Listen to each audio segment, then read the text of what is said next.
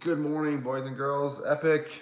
Good to be back. We are in James, reading number 6. We're going to be in James chapter 3, verses 13 through 18 today. Before we get started, it is getting close to Christmas, so I got a question for you. Would you rather have a foot of snow on Christmas, or would you rather have it be 75 degrees? What do you think? I'm going snow. I need some snow to make it feel a little bit more like Christmas, because right now it's green out there. I do like warm weather, but I can use some snow for Christmas. But grab your stuff, grab your notebook, something to write with, at least your ears, and we're going to get started. Follow with here in James chapter 3, verses 13 through 18. Here we go. Who is wise and understanding among you? Let them show it by their good life, by deeds done in humility that comes from wisdom.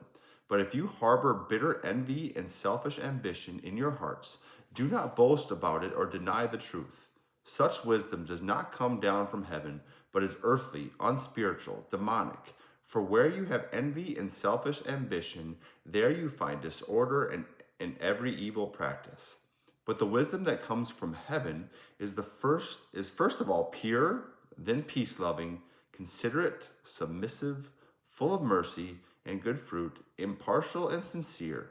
Peacemakers who sow in peace reap a harvest of righteousness. So as we walk through the comma method a little bit, the context here is James is talking about there are two kinds of wisdom. There is wisdom that essentially doesn't come from God, and there's wisdom that comes from God. And the Bible talks a lot about wisdom in the context of it all, about searching for wisdom like you would search for gold, something that you would always continue to pursue each day.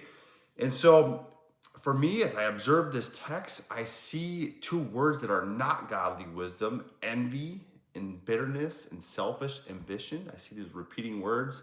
And it just reminded me that's not from God. And it actually reminded me of a book they used to read to our kids called The Berenstain Bears and the Green-Eyed Monster. And see, Brother Bear, it's his birthday, and he gets a bunch of like baseball mitts and some artwork stuff and a baseball bat. And sister wasn't really into that stuff, so it didn't really affect her too much.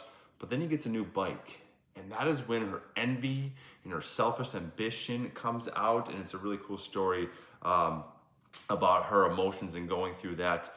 And so I just today I meditated, and I just wanted more of God's wisdom, more of His clarity on things, and some of those things that this verse mentions. Considerations and peace loving and mercy and sincerity, and being more of a peacemaker. So remember your application as you go through this. Something you can do with this, something that you can think about. Maybe it's simply just asking your parents or someone in your life more about wisdom and what that looks like, or just kind of maybe it's just listening to a Christian song and hearing some positive encouraging wisdom from God. So cheers to today. That was reading number 6, and hopefully you'll be back tomorrow for reading number 7. Bye-bye.